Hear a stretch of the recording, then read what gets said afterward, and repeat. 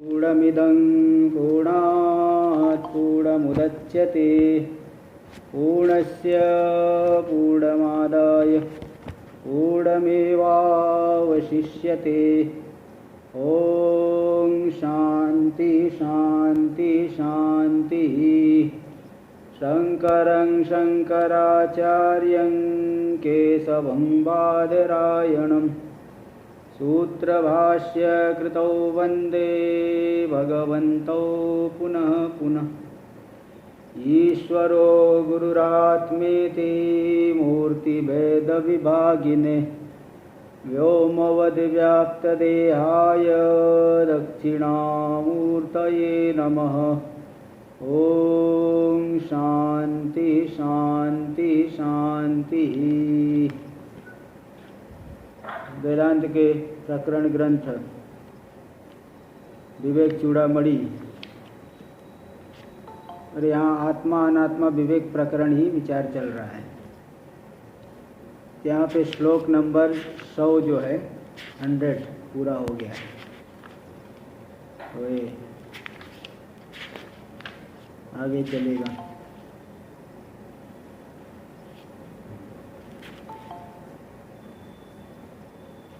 श्लोक नंबर 100 पूरा हो गया। इसमें जो है बताया गया कि ये जो सूक्ष्म शरीर है, क्योंकि आत्मा अनात्मा का विवेक प्रकरण जो है अच्छी तरह से विवेचन यहाँ दिखाया जा रहा है। तो सूक्ष्म शरीर जो है उसकी विभक्त यानी अलग से प्रधान अवस्था क्या है, जिस अवस्था में सूक्ष्म शरीर ही उसकी प्रधानता रहती है, तो बता दिए कि स्वप्नावस्था है, जिसमें कि सूक्ष्म शरीर बुद्धि जो है स्वमात्र शेषेण विभाति, बाह्यकरण लीन हो जाते हैं, स्वमात्र शेष रूप से वह प्रकाशित होती है। तो नाना प्रकार की वासनाओं के द्वारा कर्ता कर्म करण अधिकरण सभी रूपों से बुद्धि ही प्रकाशित करती है। कौन से प्रकाश में प्रकाशित होती है, कौन से प्रकाश में प्रकाशित होती है, तो बता दिए कि स्वयं प्रकाश आत्मा रूपी प्रकाश वहाँ भी है। आत्मा की स्वयं प्रकाशता स्वप्नावस्था में अधिक स्पष्ट है, इस बात को बताया गया था। तब यहाँ पे 101 नंबर श्लोक भी देखेंगे आगे, उसी का और थोड़ा और विस्तार से बताएंगे। आलोक दानेन सकल प्राणी प्रेरकोपि सूर्य। जैसे सूर्य भगवान आलोक दे करके संपूर्ण प्राणियों को के प्रेरक बनते हैं। प्रातःकाल सूर्योदय होते ही सभी प्राणी अपने अपने कर्मों को करने लगते हैं। सभी जो है चिड़िया कौवे सब के सब, केवल मनुष्य ही नहीं, सभी प्राणी अपने, मनुष्य भले कभी देर से सोए और देर से उठे, कोई 10 बजे भी उठने वाले लोग हैं, लेकिन जो है सभी पशु पक्षी सूर्योदय से पहले उठ जाते हैं। तो सभी प्राणियों को प्रेरणा देने वाला है सूर्य। कैसे प्रेरणा देता है? आलोक दे करके कि भाई प्रकाश लो और काम करो अपना अपना। तथा तत्कर्म भी न संसृज्यते, यथा तत्कर्म भी न सज्जते। प्रेरणा देने पर भी प्राणियों के कर्मों से सक्त नहीं होता, आसक्त नहीं होता, संबंधित नहीं होता। एवं आत्मा भी ठीक ऐसे ही आत्मा भी, यहाँ वह आत्मा भी प्रकाश दे रहा है। इसलिए बुद्धिकृत कर्मणा, बुद्धिकृत कर्मों से संबंधित नहीं होता है, किसी भी कर्म से वह संबंधित नहीं होता। इति असंगत्वम अपि प्रसंगाता। जैसे पूर्व श्लोक में आत्मा की स्वयं प्रकाश रूपता को बताया, अब उसी प्रसंग से आत्मा की असंगता को भी दिखा रहे हैं। आत्मा असंग है, उसी प्रसंग से यहाँ दिखा रहे हैं। प्रसंग मतलब कि भाई इसके बाद जिसका स्मरण हो जाए और उपेक्षा नहीं कर सकते। जैसे मित्रों का कथन कर रहे हैं तो शत्रुओं का भी स्मरण हो आया, बोले भाई ये तो मित्र थे, वो शत्रु है, उनसे बचना पड़ेगा। इसी प्रकार एक प्रसंग संगति है कि स्वयं प्रकाश रूपता का कथन कर रहे थे और स्मरण हो गया कि आत्मा असंग भी है, तो उसका स्मरण हो गया, उपेक्षा नहीं कर सकते, उसको भी बताना पड़ेगा। इसलिए प्रसंग संगति से आत्मा की असंगता का कथन कर रहे हैं। ज्योतिष्व स्वभाव्यात्, क्योंकि स्वयं ज्योति स्वभाव वाला है ना, इसलिए यह असंग भी है, प्रकाशक ही है, लिप्त नहीं होता। इस बात को धी मात्र को पाधी रीति श्लोक के द्वारा दिखा रहे हैं। श्लोक नंबर 101 उच्चारण किया जाए। धी मात्र को पाधी रसेश साक्षी,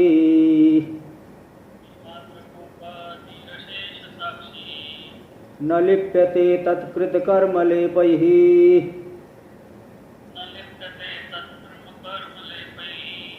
यस्मादसंगस्तत एव कर्मभिः,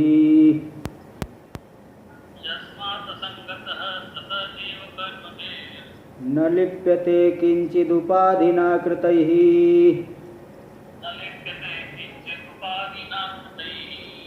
धी मात्र को पाधी, बुद्धि मात्र उपाधि वाला। स्वप्नावस्था में तो बुद्धि मात्र है, सो स्थूल शरीर नहीं है। धी मात्र को उपाधि और अशेष साक्षी, जितनी भी यहाँ बुद्धि क्रियाएं कर रही है, बुद्धि के द्वारा जितने भी प्रपंच दिख रहे हैं, सबका वह साक्षी है। साक्षी का मतलब जो स्वयं करता तो न हो, स्वयं करता नहीं है किंतु जानने वाला है। करता तो नहीं है किंतु जानने वाला है, इसको कहते हैं साक्षी। जो करता तो नहीं है किंतु जानता है, इसलिए बुद्धि मात्र उपाधि वाला है। और संपूर्ण अशेष जितना भी वहाँ प्रपंच दिख रहा है स्वप्नावस्था में, सबका साक्षी है, पूरे के पूरे प्रपंच का साक्षी है। न लिप्यते तत्कृत कर्म लेपै, उस बुद्धि के द्वारा किए गए कर्म के लेप से लिप्त नहीं होता, संबंधित नहीं होता। लेप यानी जैसे लेप लगा दिए, कुछ संबंध चिपका दिए, मुंह में भी कुछ लगा लेते हैं, शरीर में कुछ तेल आदि का लेपन कर देते हैं, तो इसको लेप यानी कुछ चिपक जाना। तो कर्म लेप से लिप्त नहीं होता, कर्म संबंधों से वह संबंधित नहीं होता, केवल देखते रहता है। देखिए भाई, जो करता है वो तो संबंधित होता है, लेकिन यह आत्मा संबंधित नहीं होता। एक बार जो है रोहतक आश्रम में ही हम लोग प्रवचन करने के लिए, मतलब कार्यक्रम है वहाँ, उसमें गए हुए थे। तो मैं ये बता रहा था कि जो है कर्तव्यता भी एक बहुत बड़ा बंधन है। ये करना है, वो करना है, कर्तव्यता बहुत बड़ा बंधन है, ऐसा मैं बता रहा था। तब से एक माता जी ने मुझसे पूछा कि महाराज जी वो कर्तव्यता क्या है?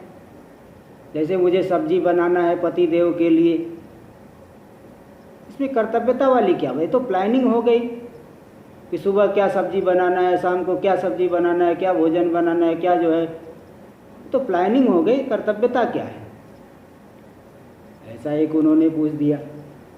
तो मैंने इन प्रकारेण समाधान तो किया, और ये रोहतक वाली माता जी ने भी कुछ समाधान दिया, लेकिन मेरे दिमाग में वो बात बहुत दिन तक घूमते रही कि बात तो सही है कि जैसे मुझे कहीं जाना है, अब जैसे कहीं बम्बई जाना रहता है, कभी कहाँ जाना रहता है, कार्यक्रम है 1 महीने का, तो मुझे तो ये सोचना पड़ेगा कौन सी पुस्तक ले जाऊँ, वहाँ कौन सी पुस्तक की ज़रूरत पड़ेगी रेफरेंस के लिए, कपड़ा ले जाना है, तो 2 दिन पहले ये सब सेट करके रखना पड़ता है।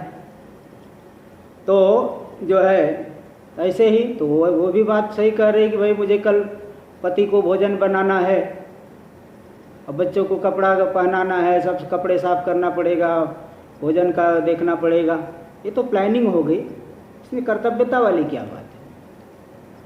तो एक बार महाराज जी से पूछा और भी महात्माओं से पूछा था, तो उन्होंने बताया कि देखिए, अगर आपको उस चीज़ को लेकर के टेंशन आ रहा है, आप जो है विचलित हो रहे, पता नहीं क्या होगा, कैसे होगा, टेंशन ले रहे हैं, बोझ मान रहे हैं, तो कर्तव्यता यही कर्तव्यता है भाई। केवल प्लानिंग का मतलब कि जो है सिर पे बोझ नहीं आना चाहिए।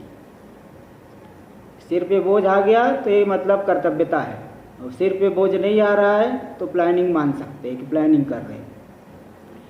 तो मतलब देखिए, कर्ता का मतलब जो कर्म में लिप्त हो जाए। जैसे भोजन बनाने वाला है, उसने भोजन बनाया, अगर भोजन खराब है तो आदमी नाराज हो जाते हैं, उसका भी मन उदास हो जाता है। लेकिन उसका भोजन अगर अच्छा बना है, सामने वाला कहता अरे भाई तुमने बहुत अच्छा भोजन बनाया, तो आदमी खुश हो जाएगा। खुश हो जाएगा वो, और कह दे अरे तुमने बहुत बेकार क्या भोजन बनाया, जो है हलवा जला दिया, सब्जी जला दी, तो तुमने क्या भोजन बनाया। तो ये जो है सुन करके उसको थोड़ा दुख होगा। यही देखिए, जो कर्ता होता है सुखी दुखी होता है, लेकिन एक आदमी है जो साइड में खड़े होकर के देख रहा है, वो केवल देख रहा है, सुखी नहीं दुखी नहीं। ऐसे बुद्धि तो प्रपंच में लिप्त है, नाना प्रकार के प्रपंच वहाँ बुद्धि के द्वारा बन रहे हैं, बिगड़ रहे हैं। बुद्धि वहाँ कर्त्री है, सुख दुख भी हो रहा है इसीलिए। लेकिन जो साक्षी आत्मा है, उस बुद्धि के साथ तादात्म्य होकर के जीवात्मा को भी लगता है मैं सुखी दुखी हूँ, लेकिन वास्तव में जो साक्षी आत्मा है उसमें न सुख है न दुख है। तादात्म्य मान करके भले आप सुखी दुखी हो सकते हैं, लेकिन वास्तव में सुख दुख नहीं है। इसलिए यहाँ कह दिए न लिप्यते तत्कृत कर्म लेपैहि, है ना। बुद्धि के द्वारा किए गए कर्म लेप से, कर्म संबंधों से बिल्कुल संबंधित नहीं होता, लिप्त नहीं होता। यस्माद असंगः, क्योंकि वह असंग है, आत्मा असंगता है, किसी का संग नहीं करता। हाँ, इसलिए वो वेदांत छंदावली में कह दिए भोले बाबा, रहता सभी के संग पर करता न किसी से संग है रंग पक्के में रंगा चढ़ता न कच्चा रंग है। ये जो जगत का रंग है कच्चा रंग है, आत्मा में चढ़ता नहीं है। जब तक आपको तादात्म्य है भले मालूम पड़े, लेकिन वास्तव में आत्मा असंग है।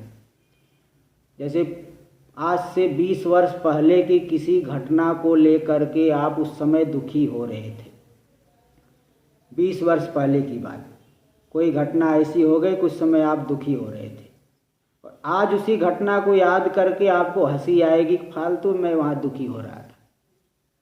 तो मतलब है रंग पक्के में रंगा चढ़ता न कच्चा रंग है।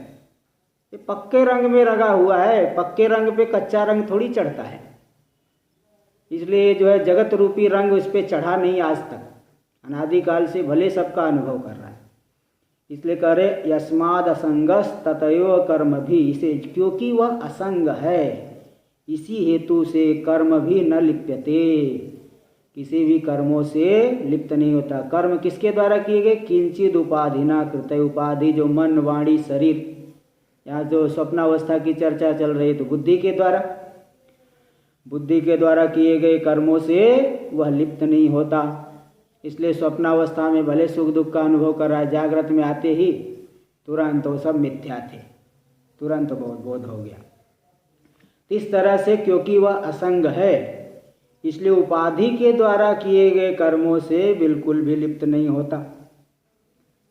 इस तरह से वह आत्मा स्वयं प्रकाश तो है ही, असंग भी है, असंगता है उसमें, कोई संग नहीं है।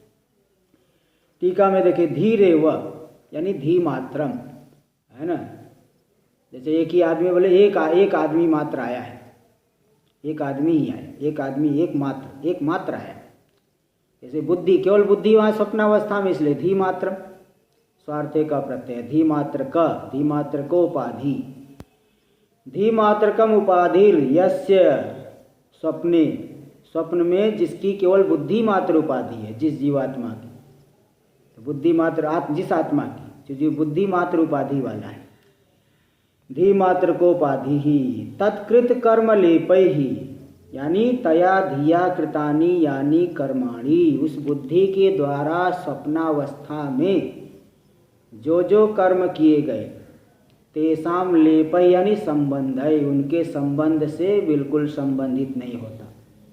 न लिप्यते यानी विशिष्टो न भवति, उनके संबंध से विशिष्ट नहीं होता, संबंधित नहीं होता। हाँ, तत्र हेतु, क्या हेतु है इसमें? राजू भाई जरा बंद कर दीजिए साउंड।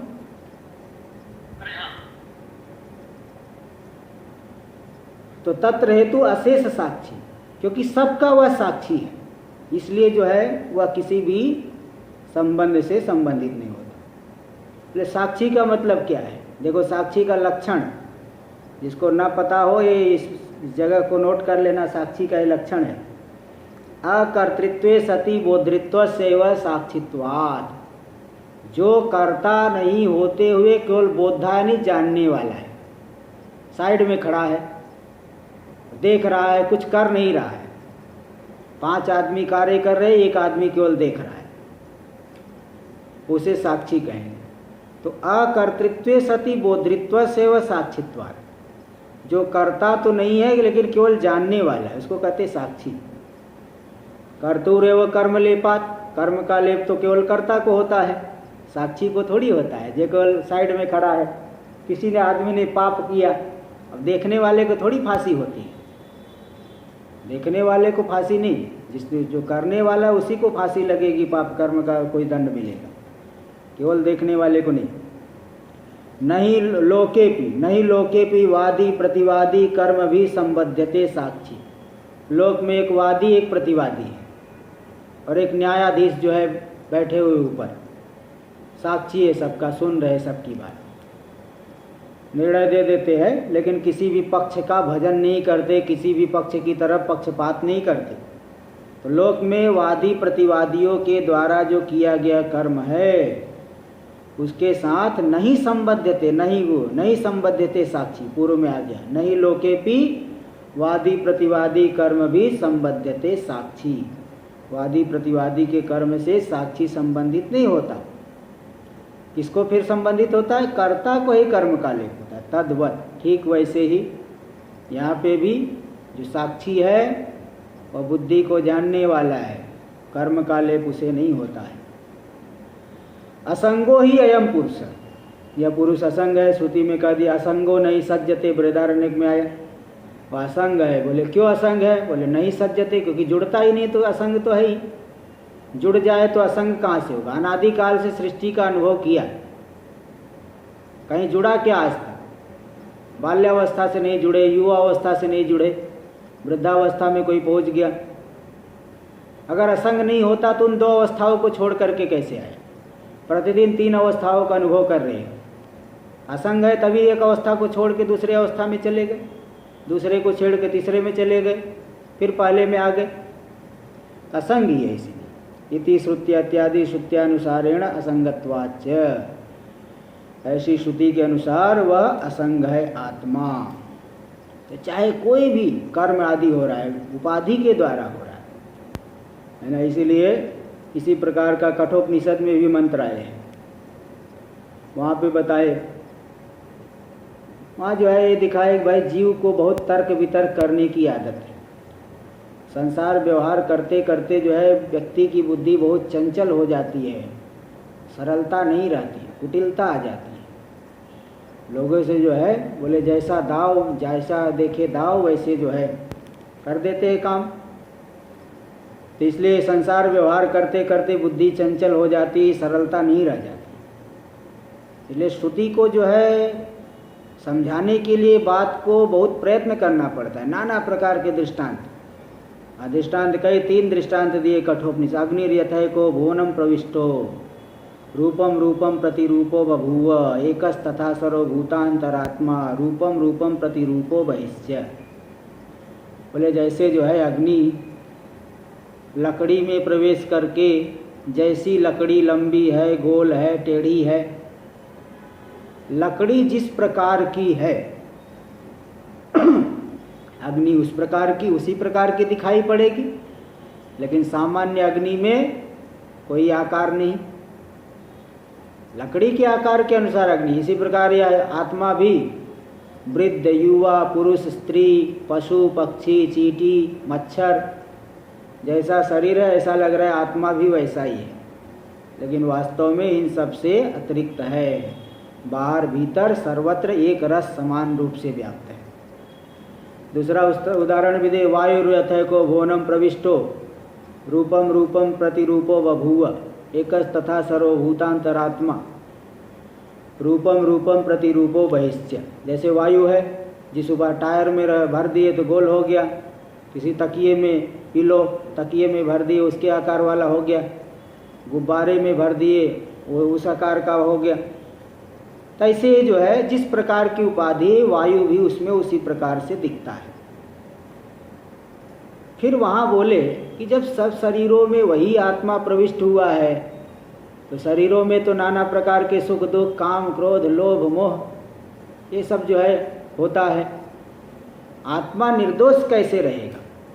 कोई आदमी कोयले की खदान में घुस गया, उसका कपड़ा गंदा नहीं होगा क्या? कितना भी चालाक आदमी अगर कोयले की खदान में चले जाए, कपड़ा तो गंदा होता है भाई। इसीलिए अब ये अगर आत्मा शरीरों के बीच में रह रहा है तो शरीरों के दुख से दुखी होगा, राग लोभ सब इसके अंदर प्राप्त होंगे। इसलिए तीसरा उदाहरण दे दी। बोले नहीं, ऐसी बात नहीं है। सूर्यो यथा सर्वलोकस्य चक्षुर न लिप्यते चाक्षुषैर्बाह्य दोषैः एकस्तथा सर्वभूतांतरात्मा न लिप्यते लोक दुखेन बाह्यः। जैसे सूर्य सभी की चक्षु का अनुग्राहक है, चाहे चोर हो, चाहे ईमानदार हो, पापी हो, पुण्यात्मा हो, सबकी चक्षु का अनुग्राहक है। तो उसके प्रकाश को लेकर के सभी लोग अपने अपने कार्य को करते हैं। तो कोई पाप करेगा सूर्य को थोड़ी लगेगा, पुण्य करेगा तो सूर्य को नहीं लगेगा।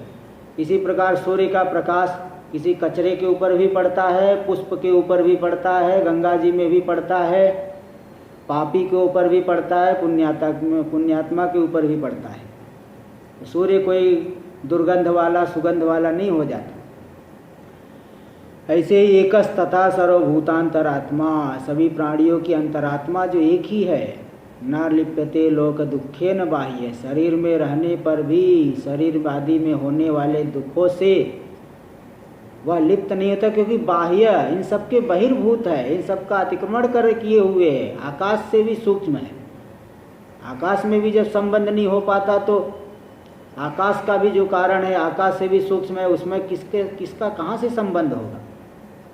इसलिए बता दिए बृहदारण्यक में असंगो नहीं सज्जते इत्यादि श्रुत्यानुसारेण असंगत्वाच्य, इत्यादि श्रुतियों के अनुसार वह असंग है।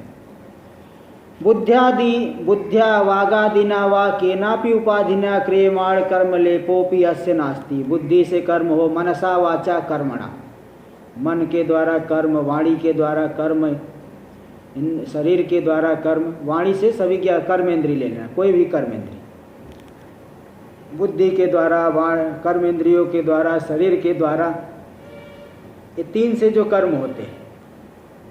तो बुद्धि बुद्ध्या वागादिना वा केनापि उपाधिना, किसी भी उपाधि के द्वारा क्रियमाण कर्म लेपोपि अस्य नास्ति, किए जाने वाला कर्म क्या है? बुद्धि से हो, शरीर से हो, वाणी से हो, इन सब के भीतर प्राण की वजह से होते हैं, प्राण में क्रिया शक्ति है। इन सब में होने वाले जो है किसी भी कर्म का लेप इस आत्मा में नहीं है। इत्याह, इसी बात को श्लोक में दे दिए, यस्माद असंगः, क्योंकि यह असंग है। इति ततएव असंगत्व रूप कारणादेव, असंग रूपी कारण से ही उपाधिना कृत है, चाहे शरीरेण वा वाचा वा मनसा वाचा कर्मणा, शरीर वाणी मन, केनापि उपाधिना कृत है कर्म भी, किसी भी उपाधि से कर्म किया गया। कौन सा कर्म? समीचीन असमीचीन कर्म भी, पुण्य पाप, समीचीन यानी पुण्य कर्म, असमीचीन यानी पाप कर्म, अच्छा कर्म बुरा कर्म। किंचिदपि न लिप्यते, कर्म भी इन कर्मों के द्वारा थोड़ा सा भी वह लिप्त नहीं होता, यानी न संबद्धो भवति, संबद्ध नहीं होता, किसी भी कर्म से उसका संबंध नहीं होता। इसलिए कुल मिला के असंग है। तो श्लोक नंबर 100 में स्वयं ज्योति रूपता, स्वयं प्रकाश है, ये आत्मा में बता दिया गया। 101 में बताए कि यह असंग है, इसी से इसका संग नहीं होता। आगे भी थोड़ा और विस्तार कर रहे हैं। संगस्तु उपाधि कल्पितः वास्तविकम असंगत्वम इति उपपादयति। जो संग है, संबंध है, तो उपाधि के द्वारा कल्पित है, और वास्तव में आत्मा तो असंग है, आत्मा में असंगता है। इति उपपादयति, इस प्रकार से उपादन कर रहे हैं, वास्तव में असंगता है। ये दिखा रहे श्लोक नंबर 102 102 देखिए। सर्वव्यापृतिकरणलिंगमिदं इदं स्याच्चिदात्मनः पुंसः वास्यादिकमिव तक्षणः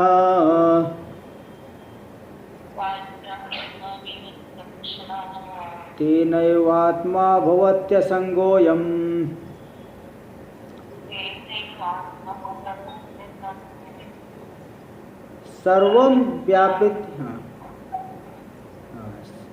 सर्वव्यापृतिकरणम लिंगमिदम, सभी व्यापार में करण, व्यापृति यानी व्यापार, आत्मा में कोई भी जो जीवात्मा कोई भी अपने अंदर व्यापार का अनुभव कर रहा है।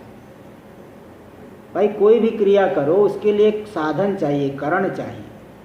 लिखना है तो लेखनी चाहिए, भोजन पकाना है तो अग्नि चाहिए, गमन क्रिया करना है तो वाहन चाहिए, छेदन क्रिया करना है तो कुठार चाहिए, लड़ना है तो अस्त्र चाहिए। तो किसी भी क्रिया के प्रति एक करण चाहिए, साधन चाहिए। इसी प्रकार आत्मा में जो नाना प्रकार की क्रिया मालूम पड़ रही है, अध्यास की वजह से, अज्ञान की वजह से, तो क्रिया का करण कौन है? बोले सर्वव्यापृति करणम इदम लिंगम इदम। संपूर्ण व्यापृति नहीं, व्यापारों का में करण है। जितना भी व्यापार हो रहा है, जितनी भी क्रिया हो रही है, सब में करण कौन है? यह लिंग शरीर, सूक्ष्म शरीर ही करण है। किसका? चिदात्मनः पुंस, चिदात्मा जो पुरुष है उसके लिए सभी व्यापारों का करण हो गया यह लिंग शरीर, सूक्ष्म शरीर। जैसे कोई सम्राट है, राजा है, राजा को कुछ भी चाहिए तो मंत्री से बोले, और मंत्री के माध्यम से सबसे संबंध रहता है। ऐसे ही यह चिदात्मा है राजा, इसकी मंत्री है बुद्धि, सूक्ष्म शरीर। बुद्धि ले लीजिए, और बुद्धि के माध्यम से इंद्रियों से संबंध है, इंद्रियों के माध्यम से स्थूल शरीर से संबंध है, और स्थूल शरीर के माध्यम से फिर अन्य लोगों से संबंध है, और अन्य लोगों के माध्यम से और भी अन्य लोगों से संबंध है। आपका मित्र और उसका भी मित्र। भाई आपका मित्र है और कुछ काम पड़ा, अपने मित्र से आपने कहा, बोले भाई ये आपका काम मेरा एक और मित्र है वो कर देगा।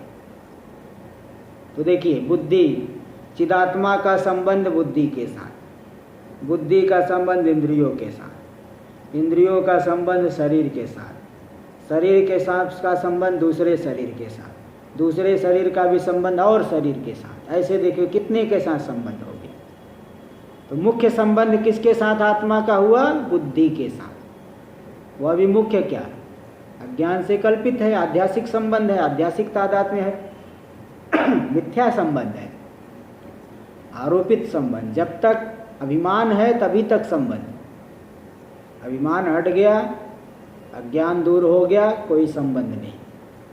ते जो चिदात्मना पुंसः, चिदात्मा जो पुरुष है, ज्ञान स्वरूप जो पुरुष है, उसकी सभी व्यापारों का कारण यह लिंग शरीर है, सूक्ष्म शरीर है।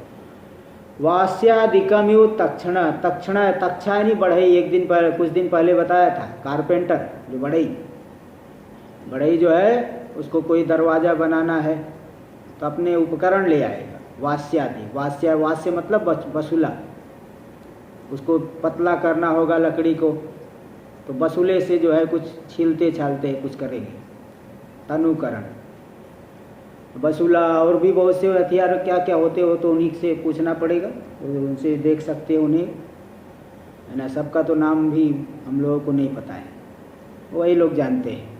तो वास्यादि, जैसे तक्षा है, कारपेंटर बढ़ई है, उसका वास्यादि उसके लिए कारण है। दरवाज़ा बनाना है, कुछ भी बनाना है तो उनसे बसूला आदि से, वास्य आदि से वो बनाएगा, तो करण हो गया। तो इसलिए व्यापार में करण बुद्धि हुई, लिंग शरीर हुआ, आत्मा तो असंग है, आत्मा थोड़ी कुछ कर रहा है। तेनयो आत्मा भवत्यसंगोयम, जैसे कारपेंटर इन सब उपकरणों को ले लिया तो करने वाला हो गया।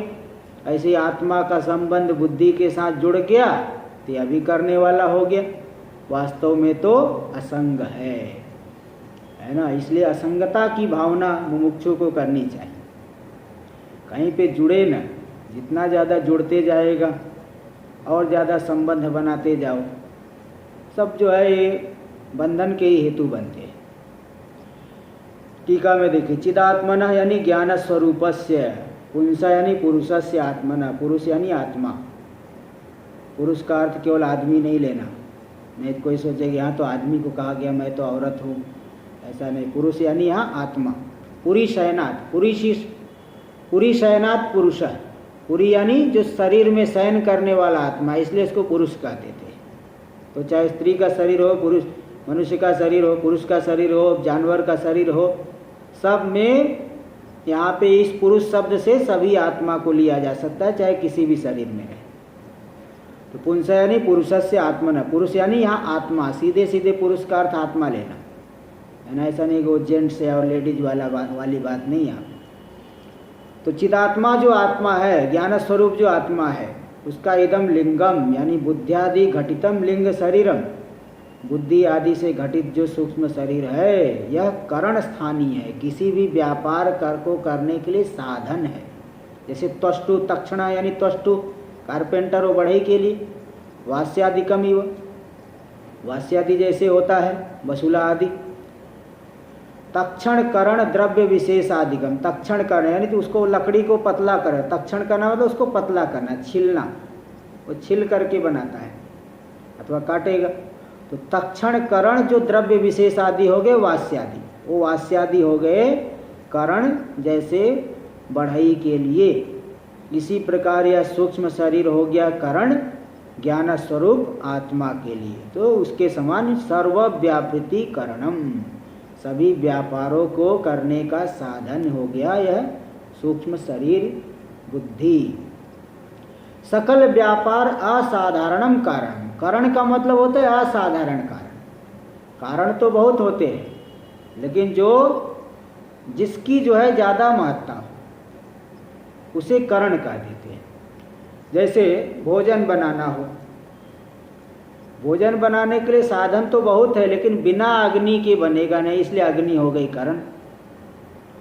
अब आपको कुछ लिखना है तो आप कागज़ भी रख लिए, सब चीज़, लाइट भी जला लिए, लेकिन लेखनी नहीं हो तो लिख नहीं सकते। तो जो मुख्य का कारण, किसी क्रिया के प्रति जो मुख्य असाधारण कारण होता है उसे कहते कारण।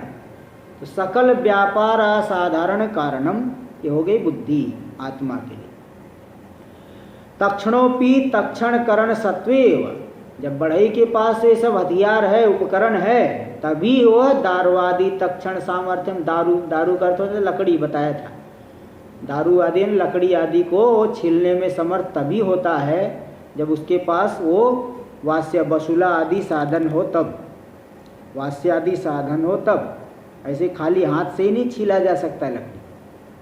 तक्षण करण सत्व, तक्षण का करण जो साधन उनके होने पर ही वो दारवादी तक्षण सामर्थ्यम न स्वाभाविकम, स्वाभाविक नहीं होता, अपने आप हाथ से थोड़ी कर पाएगा। हाथ से कैसे करेगा, उसका हाथ ही छिल जाएगा, वो तो उल्टा जो है लेने के देने पड़ जाए, इसलिए वो स्वाभाविक नहीं, स्वाभाविकम, स्वाभाविकम।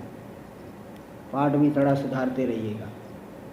तथा आत्मानो भी ठीक ऐसे ही आत्मा में भी आज्ञानिक लिंग शरीर संबंध एवं सकल सर्वलोक व्यवहार, सर्वलोक व्यवहार, सर्व अथवा सकल लोक व्यवहार, या तो ल लिख दो अथवा सर्वलोक व्यवहार। इसी प्रकार आत्मा का भी जब अज्ञान से जन्य लिंग शरीर के साथ संबंध होने पर भी सर्वलोक व्यवहार, सभी जो लोक व्यवहार, लोक में जितनी भी क्रियाएं होती है वे सब सभी लिंग शरीर के साथ संबंध होने से ही आत्मा में प्रतीत होती है। अतएव सुसुप्तो न व्यवहार, इसीलिए देखिए कि जब सूक्ष्म शरीर है तभी व्यवहार होता है, सूक्ष्म शरीर नहीं है तो व्यवहार नहीं होता है, क्योंकि गहरी निद्रा में सूक्ष्म शरीर लीन हो गया तो कोई व्यवहार नहीं। अतएव सुसुप्तो न व्यवहार, क्यों, लिंग शरीर संबंध से तदा अभावात्, लिंग शरीर का संबंध जो है उस समय नहीं है। तो तेनैव लिंग शरीर सत्वे व्यापृति, है ना, उसी जो है लिंग शरीर होने पर वो व्यापृति हो जाएगी। व्यापृति तद अभावे तद अभाव, इससे जो है ये सिद्ध हो गया। तेन कारणेन, उसी कारण से ही लिंग शरीर के होने पर व्यापार होता है और लिंग शरीर नहीं होने पर व्यापार नहीं होता है। यदि लोक सिद्ध हेतु ना आयो, उसी लोक सिद्ध हेतु से ही मालूम पड़ गया कि आत्मा के लिए सभी व्यापारों का कारण यह सूक्ष्म शरीर है। इसलिए वास्तव में आत्मा में कोई क्रिया नहीं है, इसलिए यह असंग है। हम आत्मा असंग यानी वास्तविक सकल व्यवहार संगहीन भवति, वास्तव में सकल व्यवहार के संबंध से रहित होता है, क्योंकि जितनी भी क्रिया है सब बुद्धि आदि में है, वास्तव में आत्मा में नहीं। इत्यर्थ ये सिद्ध हुआ। अब आगे, ननु अहम प्रतीति विषय से आत्मन, बोले आप कह रहे हो आत्मा असंग है, लेकिन जो लोक व्यवहार होता है ना उससे मालूम पड़ता है कि आत्मा असंग नहीं है, क्योंकि जो अहम प्रतीति का विषय वही तो आत्मा है। भाई आत्मा कौन है? अरे जो मैं इस तरह से भान हो रहा है, मैं, तो अहम प्रतीति का जो विषय है वही तो आत्मा है, और उसका नाना प्रकार से भान होता है। देखो, अहम अंधा, अहम बधिरः, अहम मूकः, अहम उच्छ्वसिमि, क्षुत् पिपासा पीड़ितो अस्मि, अहं करोमि, सुखी दुखी इत्यादि बहुतर संबंध धर्म संबंधान। बोले देखिए, अहम प्रतीति का विषय ही आत्मा है, उसमें उस आत्मा में अहम अंधा, आँख फूट गई, दोनों आँख नहीं है, बोले मैं तो अंधा हो गया। बधिरा, कान से सुनाई नहीं पड़ता है, बोले देखो मैं तो बधिर हो गया। बोल नहीं सकता है तो कहेगा कि मैं मूक हूँ, लिख के बताएगा। और श्वास ले रहा है, बोले आम उच्छ्वसिमि, मैं श्वास ले रहा हूँ, सांस ले रहा हूँ। भूख लगी है, प्यास लगी है, क्षुत् पिपासा पीड़ितो अस्मि, भूख और प्यास से पीड़ित हूँ। किसी क्रिया को कर रहा है, अहम करोमि, सुख हो गया तो मैं सुखी, कोई कष्ट हो गया तो मैं दुखी, इत्यादि बहुतर धर्म संबंधात। इस तरह से अहम प्रतीति के विषय आत्मा में नाना प्रकार के धर्मों का संबंध होने से असंगत्वम अनुपपन्नम, ये जो आपने असंगता दिखाई ये तो युक्ति युक्त नहीं है। भाई अनुभव में क्या आ रहा है? बातें आप लंबी लंबी बताओ, लेकिन अनुभव में क्या आ रहा है? अनुभव में तो यही आ रहा है कि मैं भूखा हूँ, मैं प्यासा हूँ, हाँ, मैं सोया हूँ, मैं जाग रहा हूँ, श्वास ले रहा हूँ, प्रश्वास कर रहा हूँ, कुछ कर रहा हूँ, सुखी हूँ, दुखी हूँ। तो फिर जो अहम प्रतीति के विषय आत्मा में जब नाना प्रकार के धर्मों की प्रतीति हो रही है, आत्मा असंग कैसे हो सकता है भाई? इति चेत, यदि कोई ऐसा कहे तो यहाँ सिद्धांती बता रहा है, देखिए, तेषाम सर्वेषाम धर्माणाम तत्तद उपाधिगतत्वात्, ये जितने भी आपने धर्म बताए, अंधा हो गया, अगर आत्मा में अंधत्व होता है तो आत्मा तो बाल्यावस्था से है, वृद्धावस्था में क्यों कहेंगे? तो बाल्यावस्था से ही कहना चाहिए मैं अंधा हो गया हूँ। ऐसे सभी जगह तो जितने भी धर्म प्रतीत हो रहे सब के सब उपाधि में है, किंतु आत्मा का उनके साथ तादात्म्य होने से मैं अंधा हूँ, मैं बूढ़ा हूँ, मूक हूँ, बधिर हूँ, ये सब जो है मालूम पड़ते हैं। इसलिए तेषाम सर्वेषाम धर्माणाम तत्तद उपाधिगतत्वात्, वे सभी के सभी धर्म उपाधि में स्थित है। इसलिए आत्मना कोपि धर्म सांसारिक नास्ति, आत्मा में कोई भी धर्म सांसारिक, कोई भी सांसारिक धर्म नहीं है। इति वक्तुम उपाधि धर्मान विभजते, इसी बात को बताने के लिए कि किस उपाधि में क्या क्या धर्म है जो कि आरोप करता है आत्मा, इसका विभाग करके दिखा रहे। श्लोक नंबर 103, 103 नंबर श्लोक में हम लोग देखेंगे। अंधत्व मंदत्व पटुत्व धर्म,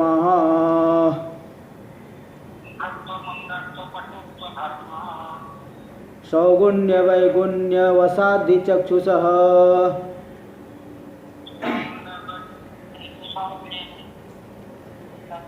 बाधिर्यमुकत्व मुखास्तथैव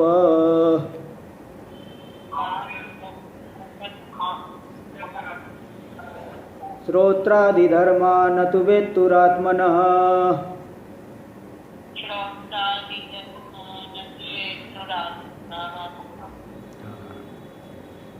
ये हो गया। देखिए, अंधत्व मंदत्व पटुत्व धर्म पहले चक्षु को लेकर के बता रहे कि जैसे देखिए किसी की जो है आंख एकदम पूरी तरह से खराब हो गई तो आंख में दोष आ गया तो कहेंगे अंधत्व आ गया, अंधा हो गया। और थोड़ी खराबी आ गई तो कहेंगे मंद, इसको थोड़ा दिखता है, पूरा नहीं दिखता है। और पटुत्व, कोई बहुत दूर से देख लेता है, किसी की आंख बहुत अच्छी है, बहुत दूर से देख लेता है। एक गिद्ध नाम का पक्षी होता है, गिद्धराज जटायु वाले, तो गिद्ध पक्षी जो है कई किलोमीटर दूर से ही देख लेता है। उधर जो है कोई प्राणी मर गया है तो दूर से उड़ करके आएगा, तो उसकी चक्षु में बहुत पटुता है। किसी प्रकार कुत्ते में जैसे सूंघने की शक्ति बहुत तेज होती है, यहाँ तो चक्षु की बात चल रही है। तेज चक्षु में अंधत्व मंदत्व पटुत्व धर्म मालूम पड़ा। पटुत्व यानी बहुत अच्छा है, मंदत्व यानी थोड़ा मंद है, थोड़ा कम दिखता है, अंधत्व यानी पूरी तरह से अंधा हो गया। ये सब चक्षु में कहाँ से आए? सौगुण्य वैगुण्य वसादि चक्षुषा। सौगुण्य यानी निर्दोषता, आँख में कोई दोष नहीं है तो पटुत्व आ गया। और वैगुण्य, थोड़ा दोष आ गया तो मंदत्व आ गया, ज़्यादा दोष हो गया तो अंधत्व आ गया, अंधा हो गया। पूरी बहुत दोष हो गया तो पूरी तरह से अंधा हो गया। तो सौगुण्य वैगुण्य वसादि चक्षुषा, निर्दोषता और सदोषता को लेकर के चक्षु में ये तीनों धर्म आते हैं, और वास्तव में तो नहीं है। इन सब उपाधि को लेकर के, निर्दोषता सदोषता को लेकर के अंधत्व मंदत्व पटुता है, आत्मा में थोड़ी है, ये चक्षु में आते हैं इनकी वजह से। और बाधिर्य मुकत्व मुखास्तथैव, इसी प्रकार कान से बिल्कुल नहीं सुनाई पड़ रहा है, कोई दोष आ गया, बधिर हो गया। थोड़ा कम दोष है तो कहेंगे मंद, थोड़ा कम सुनता है। और जो है पूरी तरह से उसमें सौगुण्य है, निर्दोषता है, कहेंगे देखो ये बहुत अच्छा सुनता है, इसकी श्रवण शक्ति तेज है। मूकत्व, मूक, वाग इंद्री में कोई खराबी आ गई, मूक हो गया। और अच्छा है, उसमें कोई निर्दोषता है, बोले तो बहुत बड़े वक्ता है, बहुत अच्छे, बहुत अच्छा बोलते हैं। तो बाधिर मूकत्व मुखास्तथैव श्रोत्रादि धर्म, ये बाधिर आदि होना, मूकत्व होना, ये श्रोत्र और वाग आदि के धर्म है। न तो वेत्तुरात्मन, जो जानने वाला आत्मा है, साक्षी है, उसमें ये सब धर्म कहाँ है? उसमें ये सब धर्म नहीं है। इसलिए जितने भी धर्म आप वर्णन कर रहे हो दोष रूप से, सब के सब उपाधिगत धर्म है, आत्मा का दूर दूर से संबंध नहीं है। और अज्ञान से भले पूरी तरह से मान रहा है, वास्तव में संबंध नहीं है। टीका में आदौ बहिरिंद्रिय धर्मानाह, सबसे पहले बाह्य इंद्रियों के धर्मों को दिखा रहे हैं।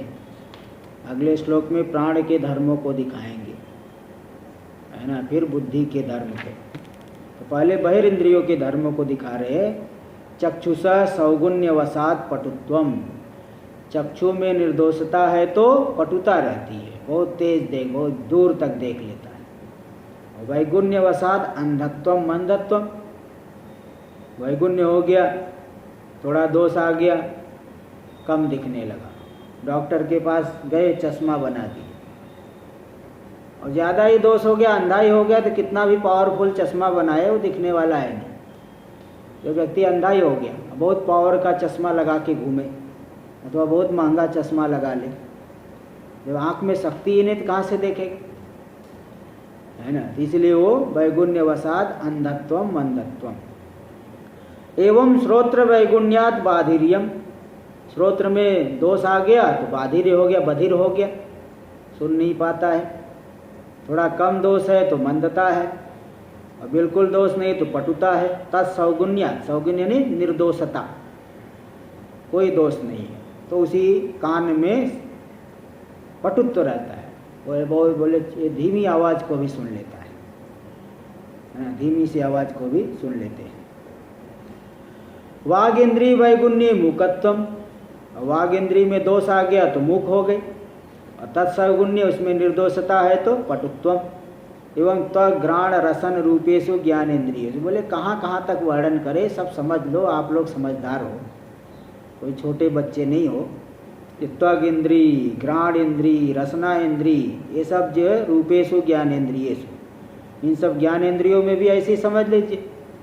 सौगुण्य है तो पटु है, थोड़ा सा दोष आ गया तो मंद हो गया, ज़्यादा दोष हो गए तो इनमें जो है सब वही अपने अपने जो त्वग इंद्री में जड़त्व आ गया, घ्राण में जो है एकदम सूंघ नहीं पाएगी, रसन इंद्री में भी जड़ता आ गई, कुछ जो है रस का ग्रहण नहीं कर पाती है। ज्ञानेन्द्रियेषु, तीन ज्ञानेन्द्रियों पाणिपाद आदिषु कर्मेंद्रियेषु च वेदितव्यम, हाथ पैर, हाथ में कोई शक्ति नहीं रह जाती है, पैर में जो है पंगु बन जाता है आदमी, तो दोषता निर्दोषता सदोषता को लेकर के उन सब जगह पे भी समझ लेना चाहिए। ज्ञानेन्द्रिय कर्मेंद्रिय सब जगह जान लेना चाहिए। एतत् सर्वम न आत्मना, ये सब जो धर्म बताए गए ये सब करण के धर्म है, इंद्रियों के धर्म है, आत्मा के धर्म नहीं है। आत्मा का दूर दूर से संबंध नहीं, इनके साथ बिल्कुल संबंध नहीं। तत्र हेतु माह, बोले ऐसी क्या बात है कि आत्मा के साथ संबंध नहीं, क्यों संबंध नहीं है? क्योंकि बोले वेत्तु, क्योंकि वो जानने वाला है ना, जानने वाले में थोड़ी धर्म आएगा। जानने, आप सामने आप बैठे हो, वायु चल रही है, वृक्ष हिल रहा है, वृक्ष हिल रहा है, पत्ते हिल रहे, डाली हिल रही है, आप थोड़ी हिल रहे हो, वृक्ष हिल रहा है, आप देखने वाले, उसमें जो क्रिया है उसको आप देख रहे हो। इसी प्रकार ये सब जो जानने वाला आत्मा है, वेत्ता है ना, उस वेत्तु षष्ठी एक वचन, तो जानने वाले का ये धर्म नहीं है। चक्षुरादौ मंदत्व पटुत्व आदिकम वर्तमानम साक्षिणा आत्मना वेद्यते, चक्षुरादि में मंदत्व पटुत्व आदि वर्तमान है, साक्षी आत्मा जानने वाला है। अंधा होगा, रे भाई अंधा हूँ, रास्ता बता दो, वो जान करके बोल रहा है कि बिना जाने बोल रहा है, जानता है ना। इति न वेद्य से वेत्री धर्मत्व, जो वेद्य है, जो जानने में आ रहा है, वह जानने वाले का धर्म नहीं हो सकता। दृश्य का जो धर्म है वह दृष्टा का धर्म नहीं हो सकता। दृष्टा अलग ही है, दृश्य अलग है, तो न संभवती इति भाव, न वेद्य से वेत्री धर्मत्वम संभवती इति भाव। तूर अवधारणे नैव, तू शब्द आया, न तू वेत्तुर आत्मना, श्लोक में अंतिम है न तू, बोले तू का अर्थ है लेना, नैव बिल्कुल नहीं हो ही नहीं सकती, अवधारण निश्चय अर्थ में, नैव बिल्कुल नहीं, इस तरह से ओकार अवधारण करके दिखा दी। तो बाह्य ज्ञानेन्द्रिय कर्मेंद्रिय के धर्म बताए। अब यहाँ प्राण के जो धर्म है क्या क्या है, अब इसको बता रहे। देखिए, जितनी भी क्रियाएं होती है ना, सब प्राण से ही होती है। शरीर में हो, इंद्रियों में हो, क्रिया शक्ति तो प्राण में है। सूक्ष्म शरीर की ज्ञान शक्ति जो रहती है वो मन में है, और क्रिया शक्ति जो है प्राण में। इसलिए प्राण के माध्यम से इंद्रियों में क्रिया शक्ति मालूम पड़ती है। इसलिए अब इसको दिखा रहे प्राण के क्या क्या धर्म है। अब इसको दिखा रहे उच्छ्वास क्षुत पिपासा देह प्राण धर्मत्व माह, इनका मुख्य धर्म दिखा रहे, क्योंकि क्रिया आदि तो कर्मेंद्रियों के माध्यम से दिखा दिए। इसलिए इनका जो क्षुत पिपासा, उच्छ्वास श्वास लेना, अंदर लेना, बाहर करना, और क्षुत पिपासा आदि भूख प्यास आदि, ये सब प्राण के धर्म है। इसको दिखा रहे श्लोक नंबर 104। देखिए, उच्छ्वास निश्वास विजृंभण क्षुत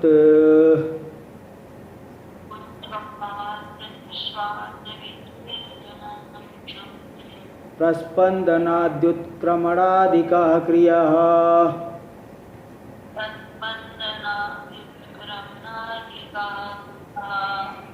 प्राणादिकर्माणि वदन्ति तज्ज्ञाः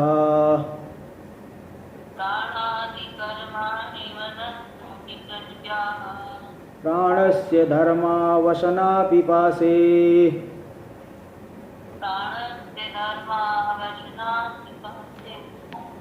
उच्छ्वास निश्वास विजृंभण क्षुत। उच्छ्वास लेना, उच्छ्वास करना यानी बाहर निकालना। जो बाहर निकालते हैं उसको कहते उच्छ्वास, और जो अंदर हम ले जाते हैं उसको कहते निश्वास। तो बाहर निकालना, भीतर ले जाना श्वास को, ये प्राण का ही है। विजृंभण जम्भाई लेना, जो जम्भाई लेते हैं ऐसे करके बोलते करते हैं, जम्भाई लेना, यह भी प्राण का ही धर्म है। अछूत यानी भूख लगना।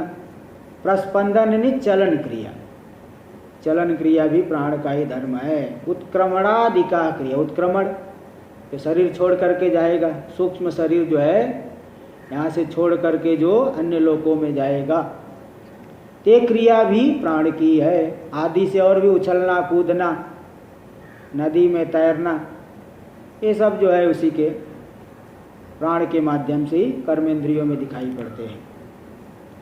प्राणादि कर्माणि वदन्ति तज्ज्ञा, ये सब प्राण के कर्म है। यह कर्मों को जानने वाले जानते हैं, ज्ञानी लोग विवेचन करके जो जानने वाले हैं। कोई ऐसे नहीं समझ लेना कोई भी कुछ भी बता देगा, कोई भी कुछ भी बोल दे तो उसको नहीं मान लेना। ये जो विवेचन करके जो जानने वाले वो लोग कहते हैं ये सब प्राण के कर्म है।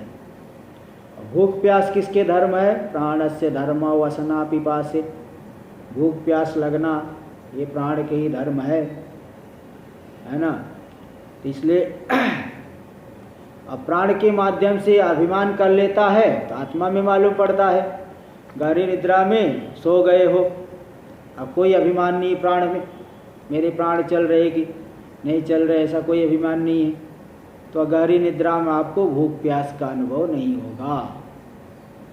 इसलिए भूख प्यास प्राण के ही धर्म है, और सब ये सब क्रियाएं भी ये सब प्राण के ही धर्म है ना। अभी इसकी टीका जो है आज नहीं लेंगे, कल ही लेंगे, क्योंकि जल्दी में ठीक नहीं। कल इसका टीका कल लेंगे। ओम पूर्णमदः पूर्णमिदं पूर्णात् पूर्णमुदच्यते पूर्णस्य पूर्णमादाय पूर्णमेवावशिष्यते। ओम शांति शांति शांति। शंकरं शंकराचार्यं केशवं बादरायणं सूत्रभाष्य कृतौ वन्दे भगवन्तौ पुनः पुनः।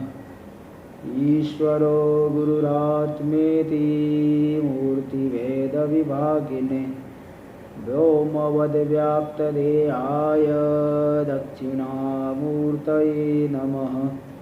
ओम शांति शांति शांति।